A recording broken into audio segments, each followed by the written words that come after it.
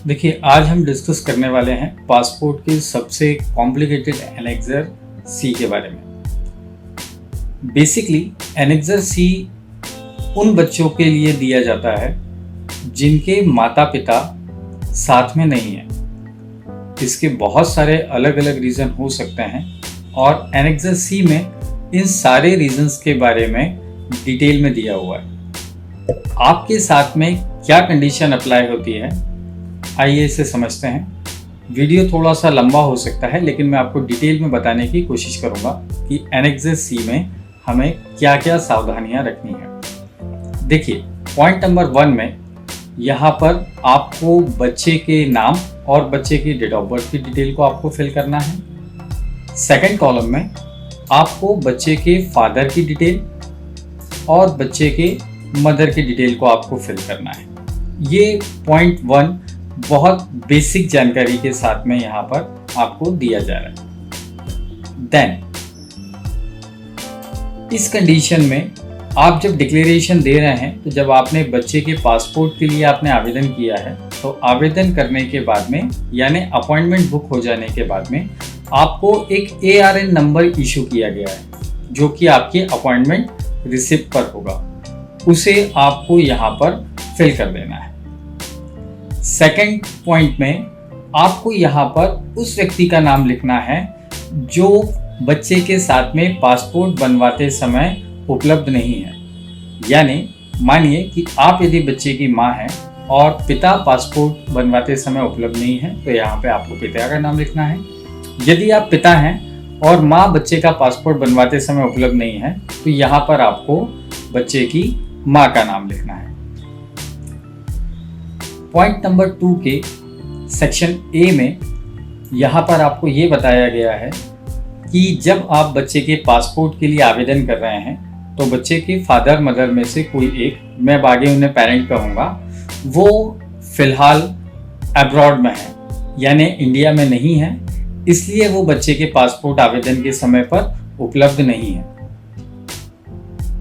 इसी के point B में ये बताया गया है कि फादर या मदर दोनों में से कोई भी एक ट्रैवलिंग टू अब्रॉड हैं, यानी वो किसी विदेश यात्रा पर हैं, इसलिए वो अपना कंसर्न नहीं दे पा रहे हैं।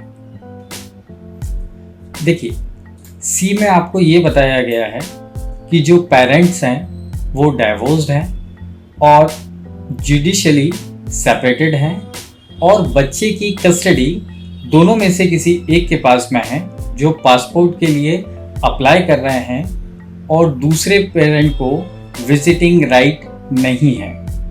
देखिए, आगे आने वाले पॉइंट्स में ये थोड़ा सा कॉम्प्लिकेटेड हो सकता है और यदि आपके साथ में कुछ इस तरीके का केस है तो थोड़ा सा ध्यान से इसको देखिएगा। इसके साथ में यदि आप पिता हैं और बच्चे की कस्टडी आपके पास में है और बच्चे की माँ को बच्चे के साथ में मिलने का अधिकार कोर्ट द्वारा नहीं दिया गया है, तब आप इस कैटेगरी के साथ में बच्चे के पासपोर्ट के लिए अप्लाई कर सकते हैं, लेकिन आपको कोर्ट के ऑर्डर साथ में प्रेजेंट करने होंगे।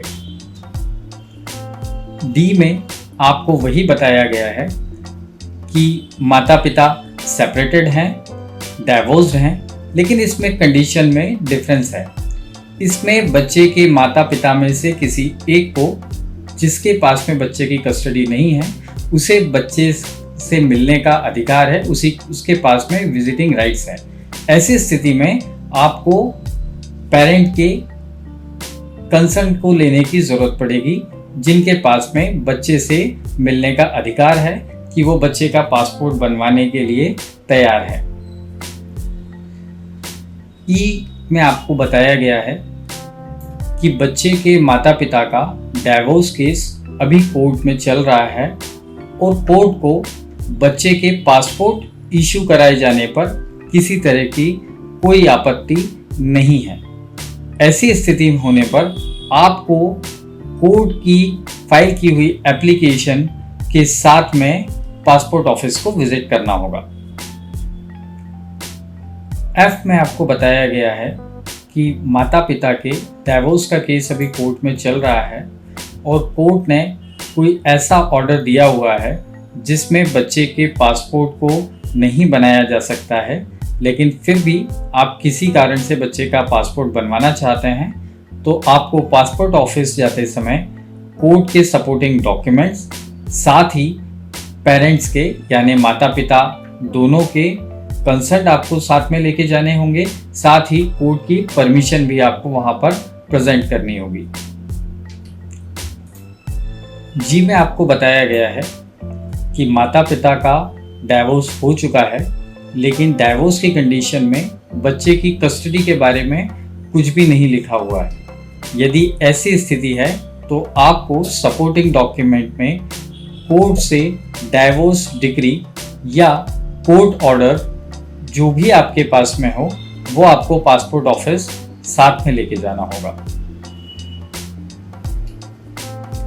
एच में आपको ये बताया गया है कि यदि पेरेंट में से कोई एक अपना कंसर्न नहीं देना चाहता है, उस स्थिति में दूसरे पेरेंट ने यानी मानिए माता पिता में से कोई एक जिसकी कस्टडी में बच्चा है और वो दूसरे पेरेंट से बच्चे के पासपोर्ट के डॉक्यूमेंट साइन करने के लिए कह रहा है, लेकिन वो अपना कंसर्न नहीं दे रहे हैं, तो उस स्थिति में आपको कोई ऐसे सपोर्टिंग डॉक्यूमेंट पासपोर्ट ऑफिस में प्रस्तुत करने होंगे जिससे कि यह पता चलता हो कि एक पेरेंट ने बच्चे के दूसरे पेरेंट के साथ में कम्युनिकेशन स्टेबल किया है, जिसमें वो इस डॉक्यूमेंट को साइन करने के लिए या कंसर्न देने के लिए कह रहा हो और वो उसे डिनाई कर रहा हो। आई में आपको ये बताया गया है कि बच्चे के पिता जो कि बच्चे के जन्म होने के पूर्व ही इस दुनिया में नहीं रहे। यदि इस तरीके की कोई स्थिति है तो आपको उसके लिए सपोर्टिंग डॉक्यूमेंट जैसे कि पिता का डेथ सर्टिफिकेट, बच्चे का बर्थ सर्टिफिकेट या और कोई ऐसा डॉक्यूमेंट जिससे इस बात को प्रूफ किया जा सकता हो कि बच्चे के जन्म लेने के पूर्व ही बच्चे के पिता की मृत्यु हो चुकी है, वो आपको पासपोर्ट ऑफिस साथ में लेके जाना होगा।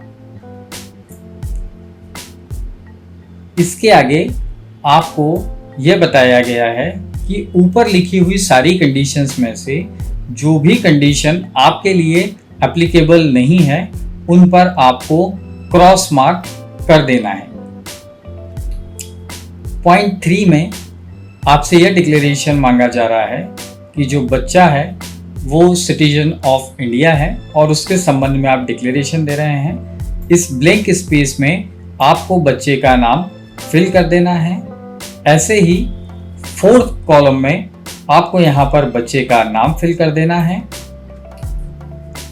5th पॉइंट में आपको ये बताया जा रहा है कि आपके द्वारा ऊपर दी गई जानकारी यदि गलत पाई जाती है तो पासपोर्ट के कैंसिलेशन के लिए या इंपाउंडिंग के लिए आप स्वयं जिम्मेदार होंगे और आपके ऊपर क्रिमिनल प्रोसीजिंग की जा सकती है। इसके बाद आपको यहाँ पर आपका सिग्नेचर करना है, साथ ही आपकी डिटेल्स को आपको यहाँ पर फिल करना है डेट और प्लेस के साथ में। नीचे आपको यहाँ पर 2 नोट्स दिए हुए हैं, उसे ज़रूर पढ़ लें। यदि आपकी एनेक्सर सी के बारे में कोई और क्यूरी है या आपके कोई और सवाल हैं तो कमेंट सेक्शन में ज़रूर लिखें। मैं कोशिश करूँगा कि आपके उन सवालों का जवाब दे सकूं। यदि आपको ये वीडियो हेल्पफुल लगा हो तो प्लीज़ लाइक और सब्सक्राइब कर दीजिएगा। मिलते रहेंगे ऐसे ही इन्फॉर्मेटिव वीडियोस में। तब तक के लिए जय हिंद, जय भारत, वंदे मातरम।